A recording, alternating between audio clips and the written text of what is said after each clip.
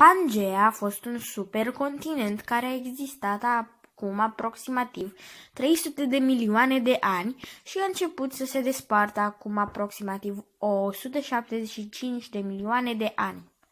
Aceasta s-a despărțit datorită mișcării plăcilor tectonice.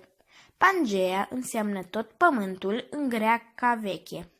Conceptul a fost propus pentru prima dată de meteorologul german Alfred Wegener.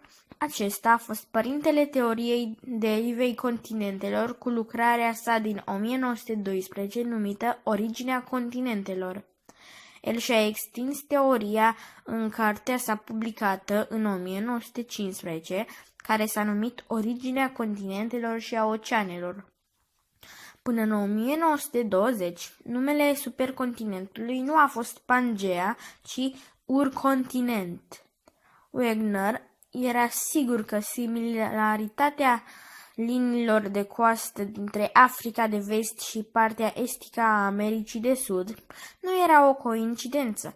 Teoria sa a fost respinsă de geologii acelei vremi, dar 30 de ani mai târziu geofizicienii au confirmat teoria.